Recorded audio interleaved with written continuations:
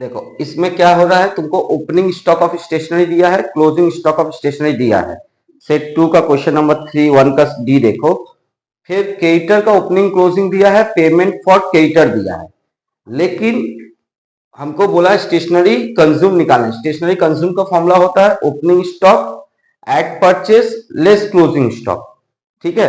तो लेकिन purchase given नहीं था, तो परचेस निकाले कैसे? परचेस निकालने का एक फॉर्मूला लेजर वाइज दिखा दिया, दूसरा एक फॉर्मूला होता है purchase of stationery. Purchase of stationery का फॉर्मूला होता है closing creditor plus payment for stationery less opening creditor, ठीक है। तो क्लोजिंग में क्रेडिटर कितना दिया हुआ है क्वेश्चन में? क्लोजिंग में क्रेडिटर दिया है 12,300। 12,300। दूसरा payment during the year for stationery दिया हुआ है 25,300। और ओपनिंग में कितना क्रेडिटर दिया हुआ है 8,600। तो इन दोनों को जोड़ोगे तो आएगा तुम्हारा 33,000। ये नहीं, ये दो जोड़ोगे इसको माइनस करोगे तो तुम्हारा 29,000 आएगा। 29,000 देख लो। 336, 6 से 6 गया 0, फिर इधर 2 + 5 7 7 7 नहीं 5 है ना, 5 और 2 7, ठीक है। तो तुम्हारा 7 हुआ और इधर पर 8 है, तो 7 से 8 माइनस नहीं होता, तो 17 से 8 गया 9, ठीक है। तो रिमेनिंग अब का यहाँ पर देखो 1 और 2 3 है, तो 1 तो उधर ले लिया था, तो 3 से 1 गया तो 2, 29,000। तुम लोग कैलकुलेशन कर लेना, ठीक है। तो फॉर्मूला क्या दे दिया? Payment for purchase of stationery निकालने का तरीका क्या होगा? दो तरीका, एक तो लेजर का फॉर्मूला दिए थे इसके पहले हुए, आज ये फॉर्मूला वाइज दे दिए। फॉर्मूला क्या है? Closing creditor plus payment minus opening creditor. जिसको थ्योरेटिकली याद रखना है वो इस तरह से भी कर सकता है। पहले तुमको लगा कि क्या होने वाला है नेक्स्ट, तो अब इजी लग रहा है, तो इसके थ्रू तुम परचेस कंज्यूम का एक ही फॉर्मूला है, opening stock at purchase less closing stock, ठीक है। अगर समझ में कहीं घुरा के देगा तो नहीं, लेकिन फिर भी बोल रहे क्योंकि कॉस्ट में तो बहुत घुराता है। Opening stock at purchase at any expenses related to purchase less closing less return less abnormal loss करके कंज्यूम निकलता है। तो एक्चुअली कॉस्ट शीट में ही कंज्यूम का तुम पूरा डिटेल में किए थे 11 का सेमेस्टर 1 में, लेकिन अकाउंट्स में उतना नहीं दिया। तो वही वाला समझ में सिर्फ ओपनिंग स्टॉक क्लोजिंग स्टॉक दिया रहेगा, opening creditor closing creditor payment दिया रहेगा। तो ओपनिंग और क्लोजिंग को डायरेक्ट बैठा देना, और closing creditor at payment less opening creditor करोगे तो परचेस निकल आएगा। तो opening stock at purchase less closing stock तुम्हारा स्टेशनरी कंज्यूम निकल आएगा, ठीक है। फर्स्ट करो, बोला है from the following information prepare purchase account, ठीक है, for the balance of 30th April, ठीक है। अप्रैल का दिया हुआ है, ओपनिंग बैलेंस दिया है परचेस का, परचेस खरीदा है सेन एंड कंपनी से, फिर purchase goods in cash, goods withdrawn bye proprietor, free sample distributed, हाँ। उसके बाद है नेक्स्ट पेज नंबर है 312। 312 में क्या है? There was difference of 700 in the trial balance which has been transferred to the credit side of suspense account, pass rectification entry नहीं, अच्छा क्वेश्चन चेंज हो गया। 3 तो ठीक है, A3 का B होना चाहिए वो, पास रेक्टिफिकेशन एंट्री इतना इतना गेन इतना ये, अच्छा वो ऑप्शन में और है, ठीक है। तो हम लोग का यहीं तक ही है 22 तक। All expense and loss debited, ठीक है। तो परचेस तो बोला है परचेस अकाउंट करने बोला है उसका ओपनिंग बैलेंस, तो क्वेश्चन तो थोड़ा सा गलत टाइप का है क्योंकि परचेस नॉमिनल अकाउंट होता है, उसका बैलेंस होना नहीं चाहिए, लेकिन दिया है हम लोग करके दिखा दे रहे। April 1 to balance BD, to balance BD कितना रुपया है? 16,800, ठीक है। Purchase goods from Sen and company, इसका जनरल एंट्री देखो नाम दिया रहा है, कैश नहीं बोले तो मतलब क्रेडिट परचेस होता है, ठीक है। जो 11 का स्टार्टिंग में दोनों से था, तो परचेस डेबिट होता है क्योंकि खर्चा है, गिवर कौन है? Sen and company. तो जनरल एंट्री बना purchase account debit to Sen and company. कोई भी अपना अकाउंट में अपना नाम नहीं लिखता, अपना ऑपोजिट वाला का नाम लिखता है। तो परचेस के घर में क्या होगा? To Sen and company, Sen and company. कितना तारीख है? डेट है 6 अप्रैल। ठीक है, तो 12,500, ये तो 12,500। नेक्स्ट, ठीक है, क्रेडिट परचेस शॉर्ट में लिख देना, क्योंकि जनरल से तो लेजर नहीं कर रही हो, डायरेक्ट कर रही हो, तो थोड़ा डिस्क्रिप्शन हल्का सा है, वैसे कुछ नहीं है। नेक्स्ट है परचेस गुड्स इन कैश। खर्चा, परचेस तो परचेस ही है, परचेस तो हुआ है, तो परचेस अकाउंट तो डेबिट होगा, खर्चा तो हुआ है, लेकिन पेमेंट कैश में किया है, तो परचेस अकाउंट डेबिट। तुम्हारे पास से कैश गया, कैश आने से डेबिट, जाने पे क्रेडिट, रियल अकाउंट है। तो purchase account debit to cash account, तो to cash account cash purchase. छोटा सा डिस्क्रिप्शन, ठीक है, तो नरेशन नहीं बोल सकते कि लेजर में नरेशन तो नहीं होता है, शॉर्ट डिस्क्रिप्शन दे दिया तो ही हो जाएगा। कितना रुपए है? 8,100। ठीक है, next, goods drawn by proprietor for personal use. Goods निकाला, जब भी पर्सनल यूज वर्ड होता है तो डेबिट क्या होता है? ड्रॉइंग्स। गुड्स किसके अकाउंट में होता है? परचेस के, तो डिक्रीज क्या होगा? परचेस होगा। तो drawings account debit to purchase account. समझ में आया ना? यहाँ परचेस कमा किस लिए? क्योंकि परचेस करके ना गुड्स आया था मेरे पास, जब भी गुड्स खरीदते हैं तो परचेस में डेबिट करते हैं, तो गुड्स कोई लेकर चला गया तो परचेस क्रेडिट होगा। कौन लेके गया? मालिक लेके गया, तो मालिक के अकाउंट का नाम क्या बोलते हैं? पर्सनल अकाउंट, तो ड्रॉइंग्स है। तो drawings account debit to purchase. Date क्या है? 18th।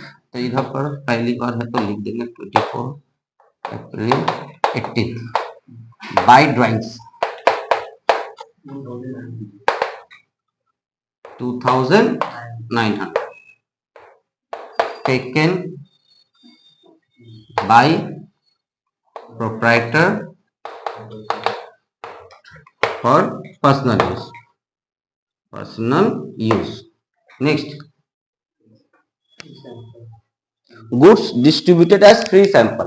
फ्री में जो बांट रहे हो, सैंपल के हिसाब से दे रहे हो, तो उसको एडवर्टाइजमेंट करना बोलते हैं। क्या बोलते हैं? तो एडवर्टाइजमेंट भी खर्चा होता है, तो ऑल एक्सपेंस आर डेबिट। ठीक है, गुड्स कमा कि बढ़ा? तो जब भी गुड्स कमेगा तो परचेस क्रेडिट में चला जाएगा, क्योंकि गुड्स आने से परचेस डेबिट में होता है। तो परचेस क्रेडिट हो गया, और किस लिए हुआ कमा? क्योंकि एडवर्टाइजमेंट किया, तो एडवर्टाइजमेंट टू परचेस। तो परचेस अपने घर में अपना नाम नहीं लिखेगा, तो टू में तो परचेस खुद बैठा हुआ है, तो बाई में एडवर्टाइजमेंट। जब परचेस टू में होगा तो बाई साइड वाला को लिखना। अब परचेस यदि डेबिट में हुआ तो टू साइड, टू वाला में यदि कोई और हुआ तो डायरेक्ट टू तो दिखता है, ये टू साइड है, लेकिन टू में खुद परचेस बैठा हुआ है तो बाई साइड में ही होगा नेक्स्ट वाला एडवर्टाइजमेंट। कितना रुपया है? 6,400। 22nd 6,400। और तो नहीं आइटम, क्लोज कर देंगे। क्लोजिंग डेट क्या होता है अप्रैल का? 31st नहीं, 30th होता है ना। 13 13 1 14। ठीक है, तो 1 6 1 7 7 2 9 9 8 17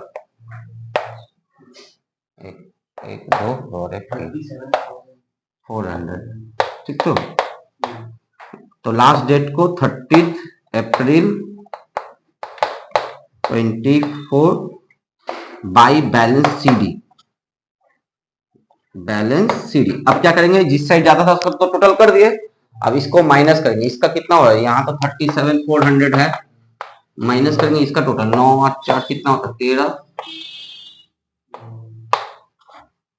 6 2 8 और 1 9। 4 में से 3 गया 1, 17 में से 9 गया 8। ठीक है, तो 28,100। 28,100। ठीक है, तो 1 अप्रैल के बाद कौन सा होता है? मई 24 टू बैलेंस बीडी। देखो जहां सीडी होता है उसका ऑपोजिट का टोटल के नीचे बीडी करना है। ठीक है, तो सेम अमाउंट। यहां सीडी किए तो उसका ऑपोजिट साइड का टोटल के नीचे बीडी। क्लियर है? पॉज करो।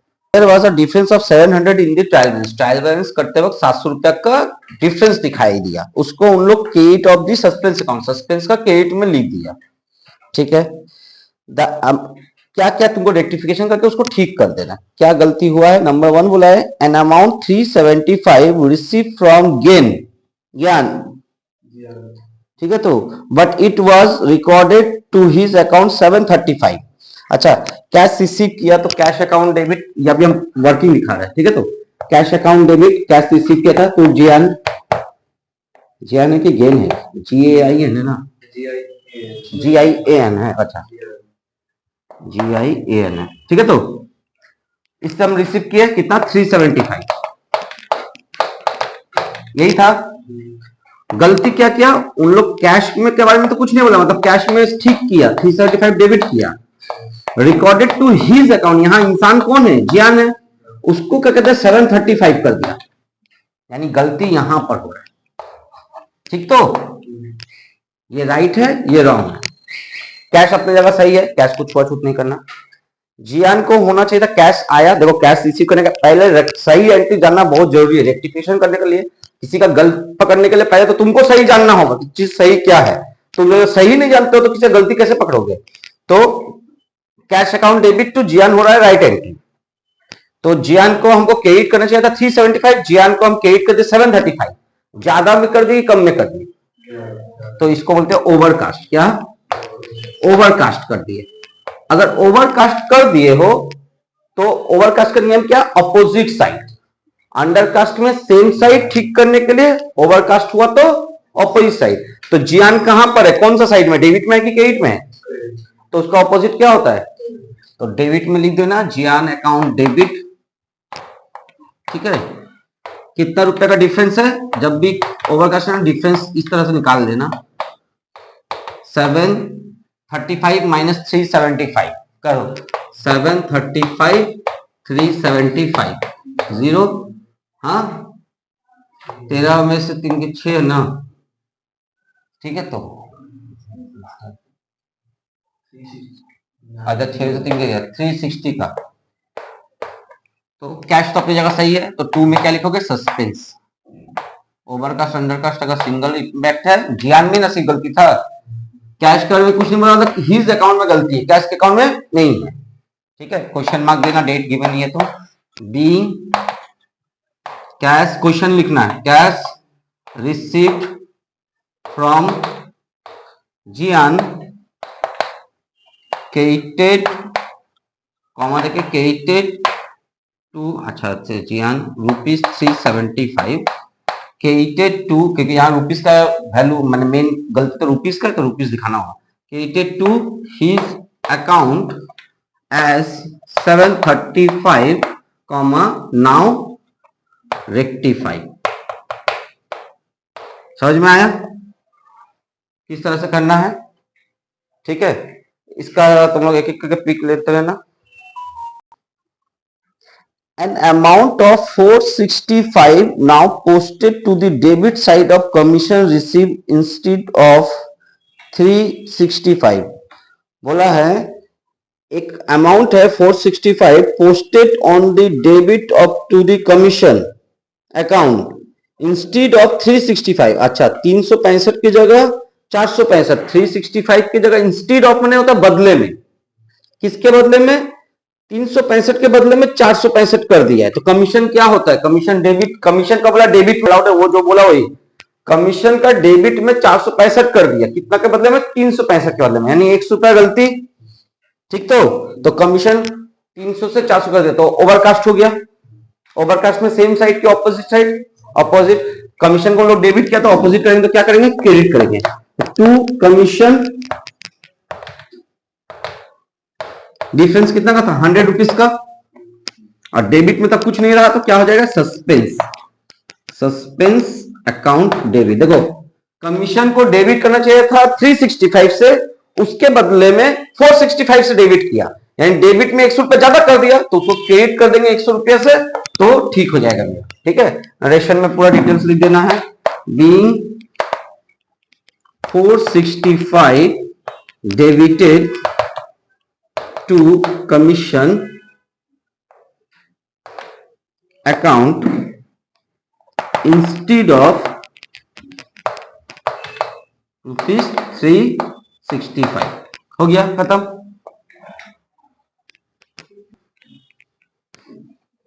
Sales day book under cast by 240, sales day book under cast हुआ है। सेल्स डे बुक, सेल्स जब देखो, अब तुम लोगों को नेचर समझना होगा, सेल्स का नेचर क्या है। अंडरकास्ट ओवरकास्ट का तो नियम पता है, अंडरकास्ट सेम साइड, ओवरकास्ट होने पे तो सेल्स मेरा क्या होता है, इनकम, रेवेन्यू, रेवेन्यू क्रेडिट में जाता है।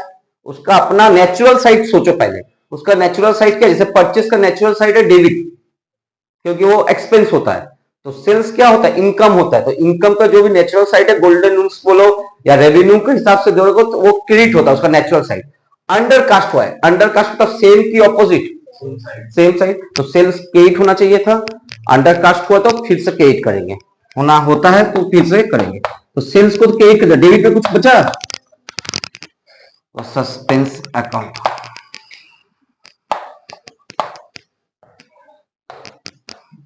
ठीक है। तो कितना रुपया से, तो 240 being sales book under cost comma now rectify, ठीक है।